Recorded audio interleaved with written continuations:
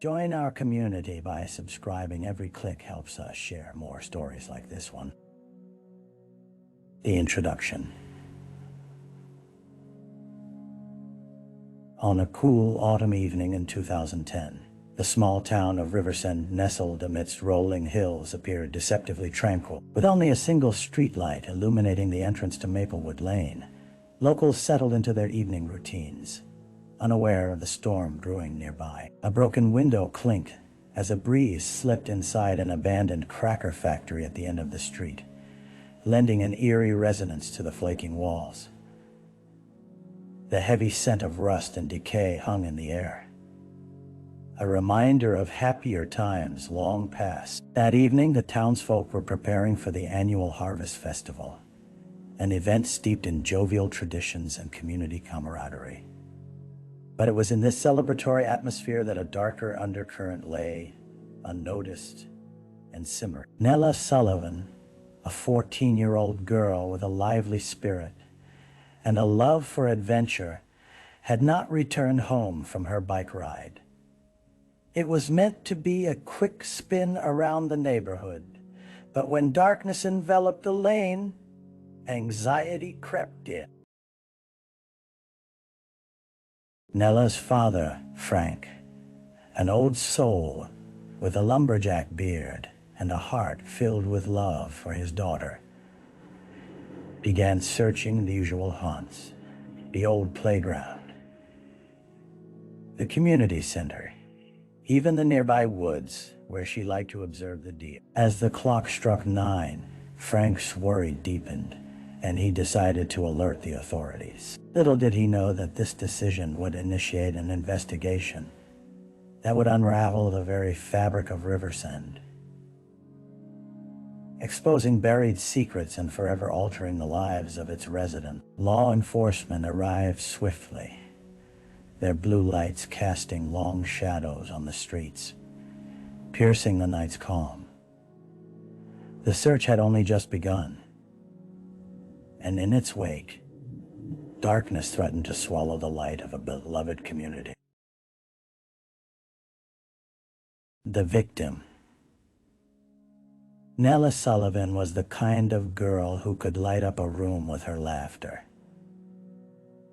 Those who knew her described her as a free spirit, curious, spirited, and eternally optimistic. With tumbling auburn curls and freckles dotting her sun-kissed cheeks, she embodied the essence of youth, an innocence tinged with adventure. Nella was not only a cherished daughter, but also a beloved classmate, and her absence sent ripples of unease through the tight-knit community. Within the last year, Nella had begun to lean into her burgeoning independence, trading playground antics for bike rides along the tranquil routes of Riversend. She could often be found with her best friend Emily, both girls embarking on adventures through neighboring trails, searching for hidden treasures and honing their skills in storytelling. Nella was brimming with dreams. She wanted to become a journalist, capturing the world's stories with her vibrant words. As the investigation unfolded, loved ones reflected on their last interactions with her. Frank shared how Nella begged him not to make her come inside during summer evenings, entwined in her daydreams about future escapade. Her mother, Claire, recalled the joy in her daughter's eyes as she shared her latest story idea, a wild, plunging tale of pirates and treasure that made both parents laugh. Claire's heart ached, longing for just one more evening with sketches of Nella's face distributed alongside urgent pleas for information. The community sprang into action, motivated by love and fear. Every neighbor searched their homes and garages, scoured the paths they had walked 1,000 times, hoping against hope to find the missing girl. But with the beautiful autumn leaves swirling on the ground, the chilling reminder of the change in the season hung heavily in the air, whispering darker truths about what lay ahead. The crime scene, As dawn broke over Riversend, casting a pale light across the sleepy town, the search for Nella Sullivan took an unsettling turn. With the morning dew still clinging to blades of grass, and the faintest hint of fog rolling over Maplewood Lane, officers expanded their search areas, driven by urgency and dread. By mid-morning, they received an anonymous tip that led them to the abandoned cracker factory. The factory loomed on the outskirts, its aged bricks crumbling, shrouded in overgrown weeds and tangled vines, a haunted remnant of better days. The officers, alerted and apprehensive, carefully made their way through the debris-strewn entrance. Inside, the air was heavy with an unsettling silence, interrupted only by the distant drips of water echoing against me. Their flashlights pierced the dimness, revealing scattered cans, rusty machinery, and the remnants of a forgotten past. As they explored deeper, a chilling discovery emerged. In a disused room filled with shadows and cobwebs, the faint outline of a small frame lay against the cold concrete. Nella's bicycle, its front tire warped unnaturally, nestled precariously amid a pile of debris. A sense of foreboding enveloped the officers, and they recognized the weight of what they might find next. This was no ordinary search. It felt like a confrontation with that which should remain hidden. The search shifted into high alert mode.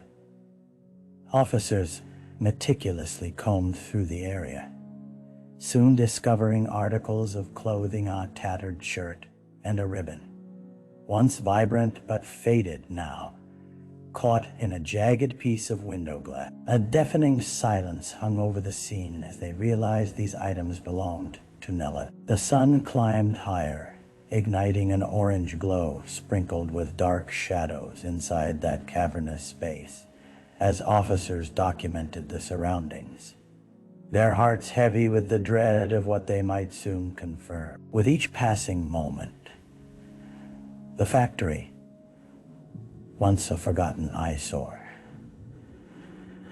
morphed into a crucible of dread. The walls, its walls whispering secrets of a crime that would haunt Riversend for generations to come. The quiet unease blossomed into a palpable first specter of Nella's fate, cast an inescapable shadow across the town. And from that moment onward, nothing would ever be the same. The early investigation,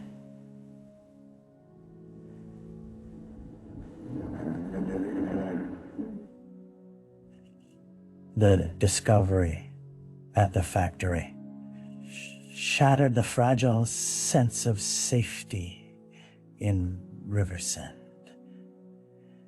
As the sun set on that fateful day, casting long, the police established a perimeter around the site, cordoning off the area with yellow tape that flapped in the cold breeze like an unspoken warning. Media vans began to trickle in, reporters eager to deliver updates that would grip audiences far beyond the confines of the small town. Detective Mark Henley, an experienced investigator known for his unyielding determination, arrived at the scene. He was a veteran with years of police work etched into the creases of his face and the graying stubble on his chin. With keen observation and an undeniable intuition, Henley began piecing together the fragments of evidence before him. He first focused on the clothing, each item meticulously cataloged and bagged for further examination. As the evening pressed on, Henley and his team dug deeper, reaching out to locals to build a comprehensive timeline of Nella's last known movements. They conducted interviews at the community center, where concerned residents gathered, their faces ranging from confused hope to outright despair. Teachers claimed Nella was a model student, curious and bright, while friends painted a picture of a girl blissfully unbothered by the complications of adulthood. The investigation faced its challenges, however, hindered by limited leads and the devastating gravity of the situation, Henley and his team began to uncover cracks within the community's seemingly united front. Rumors swirled, darkening the atmosphere.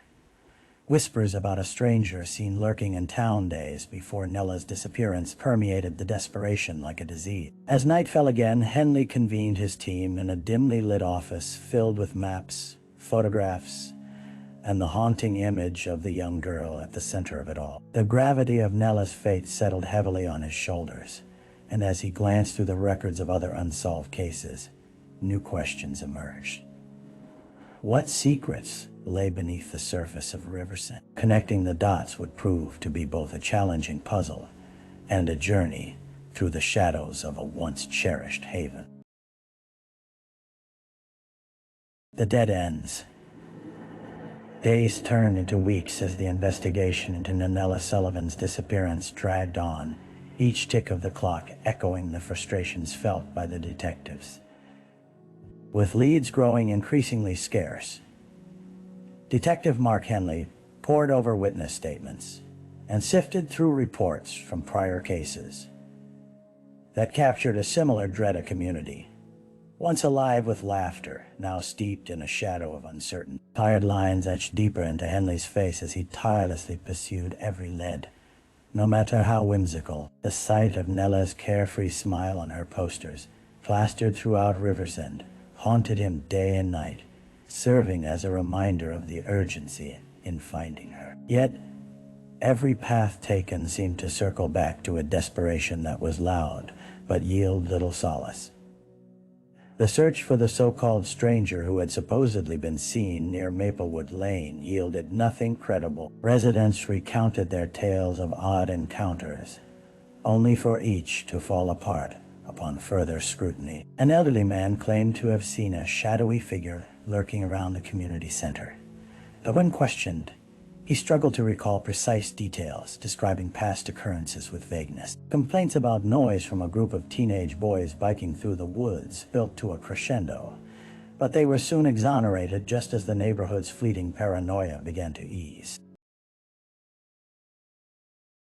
Frustration mounted as Henley turned to local businesses, hoping for surveillance footage or tips that could aid the investigation. The diner across the street from the factory provided coffee and the comfort of familiar faces, while a local garage provided tales of mechanic gossip.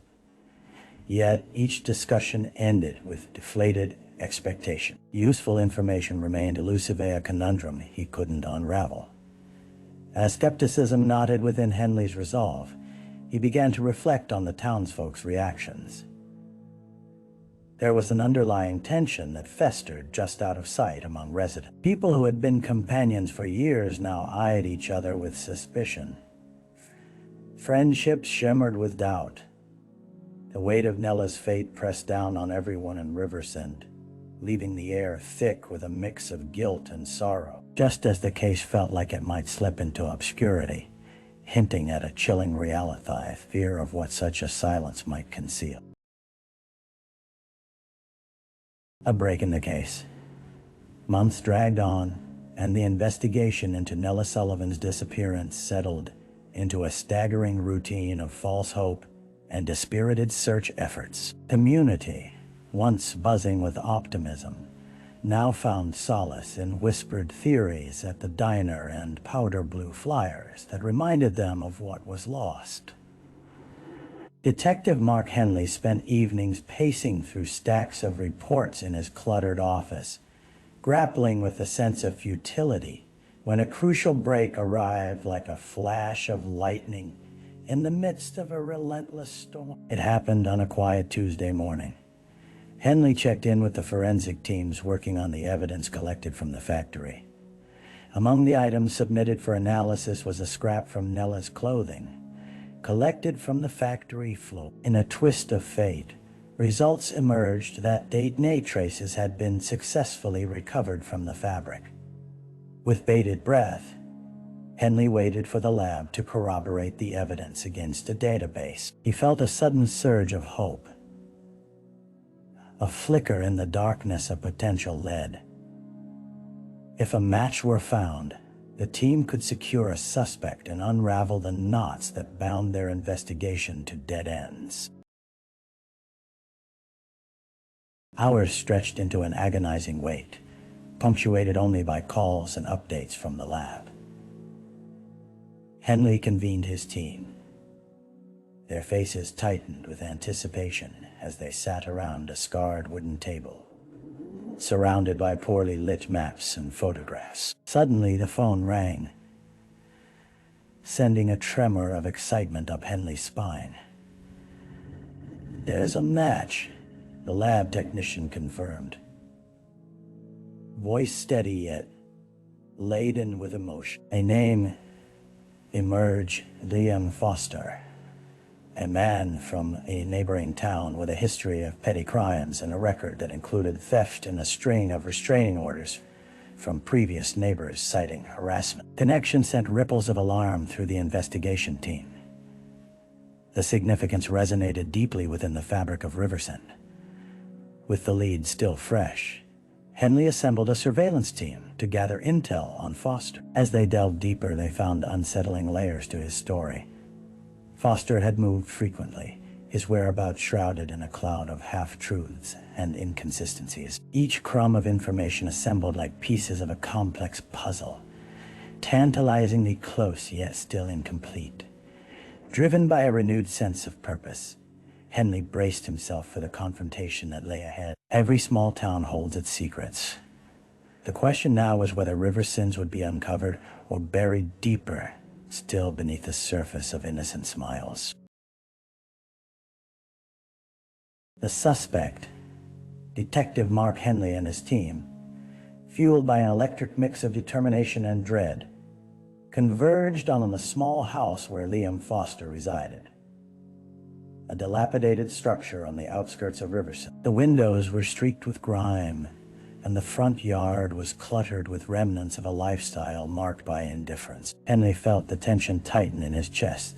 As they approached, this could be the moment they had been waiting for, or a plunge into deeper darkness. Foster was elusive. Witnesses in the area spoke of him as a sporadic presence, sometimes genial, sometimes angsty. A man living on the edges of the community's periphery. The team surrounded his property methodically, ensuring every possible escape route was covered. With a nod of affirmation from Henley, they knocked loudly on the door, the sound reverberating through the stale air.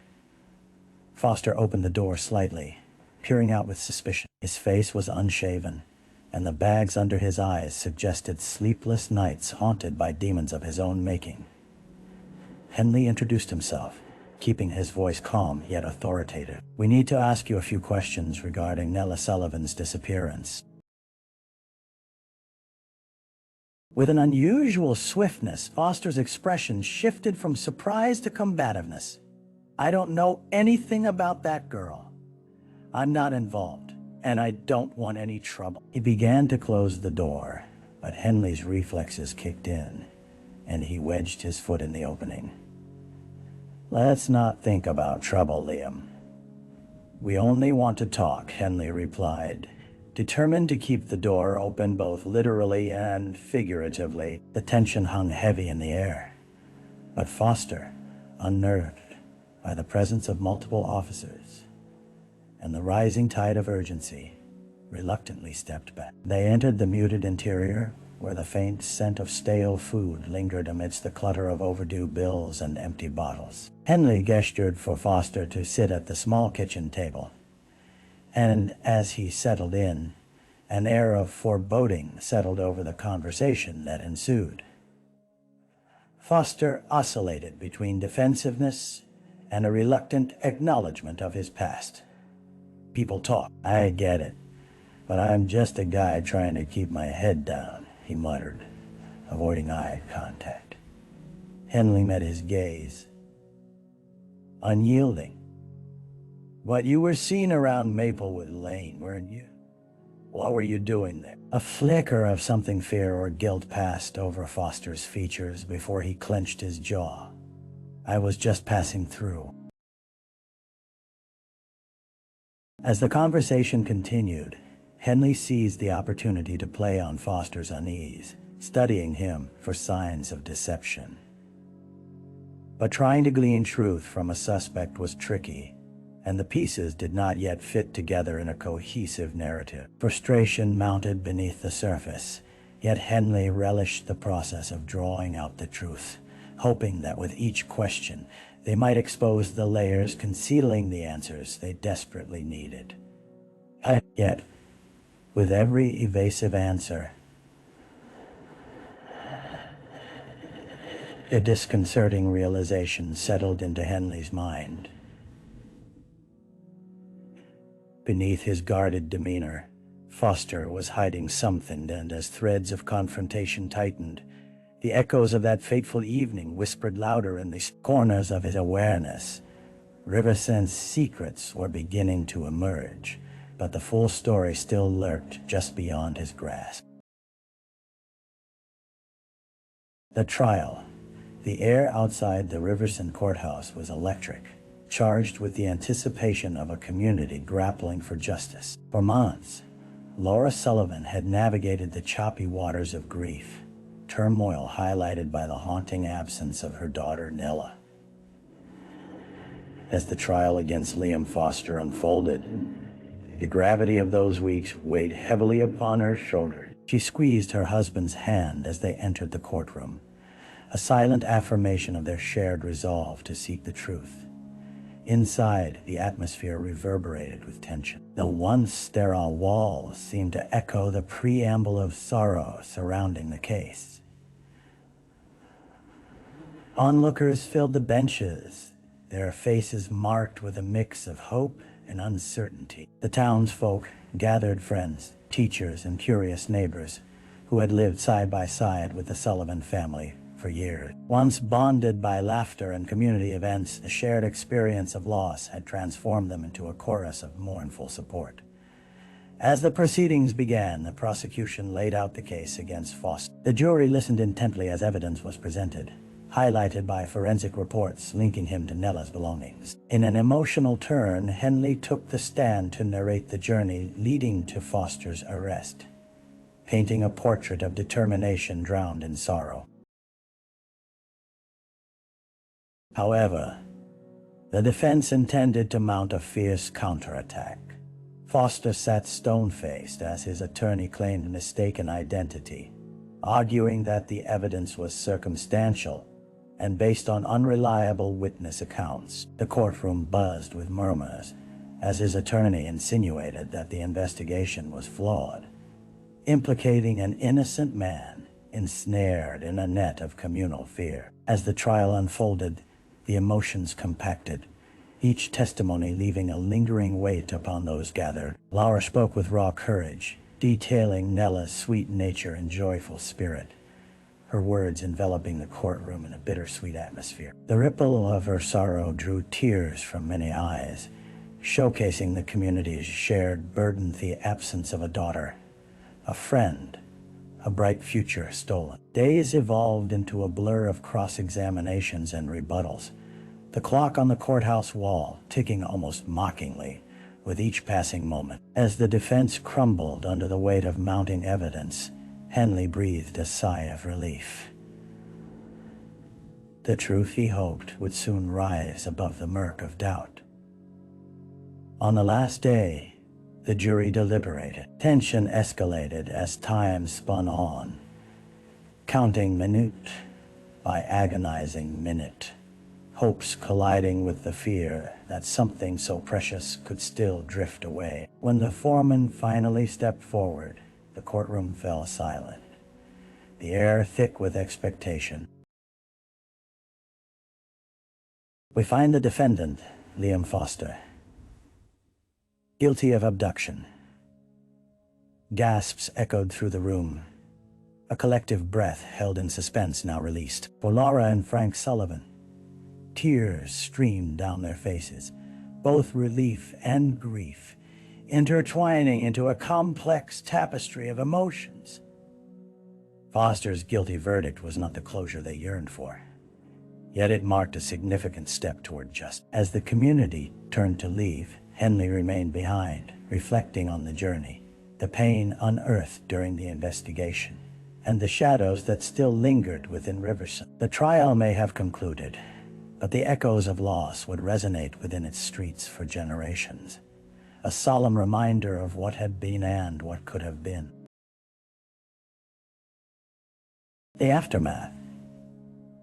In the weeks that followed the trial, the town of Riversend struggled to reclaim its sense of normalcy. The gavel's final bang that had echoed through the courtroom lingered in the air, like the final notes of a funeral dirge, a harbinger of unresolved grief that permeated the fabric of their tightly knit community. Nella Sullivan's absence felt like an open wound, raw and persistent, urging residents to confront their own vulnerabilities in the darkness that had crept among them. Laura and Frank Sullivan, though relieved to see justice served, found the world around them suffocating. Every corner of their home echoed with reminders of Nella.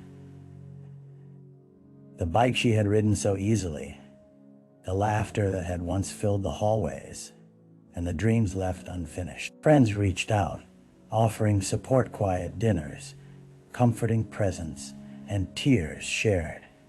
But the couple navigated their grief like a ship caught in a relentless storm, unsure of where the tide might take them.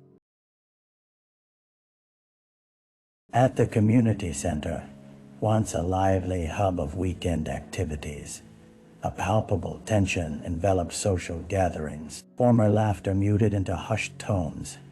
Volunteers exchanged cautious glances as they attempted to honor Nella's memory through memorial events while grappling with the shadows surrounding her tragic fate. Candlelight vigils, organized by Emily, Nella's best friend, grew into somber rallies for awareness, urging local parents to remain vigilant and discuss the importance of safety with their children. Meanwhile, Detective Henley observed as the murmurings of suspicion lingered among the townsfolk.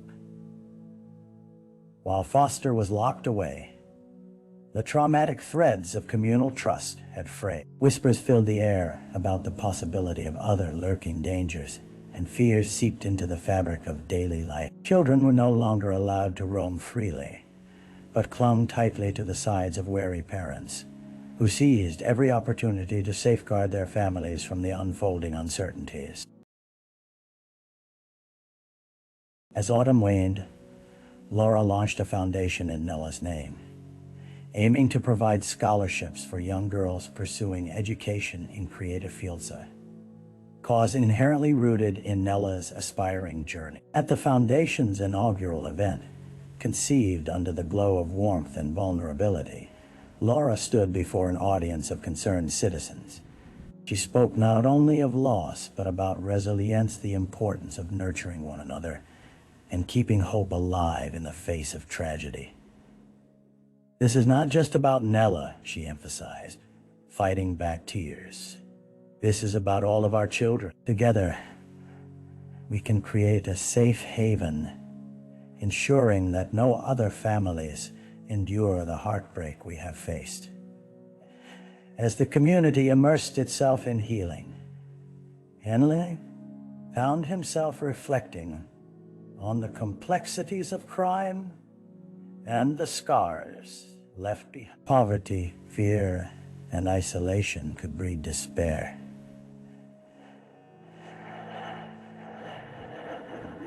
Then the thin veil of normality could shatter at any minute. He committed himself to engage more actively with community outreach, working with other law enforcement to foster stronger ties with residents, bridging gaps through open dialogues and shared experiences of loss.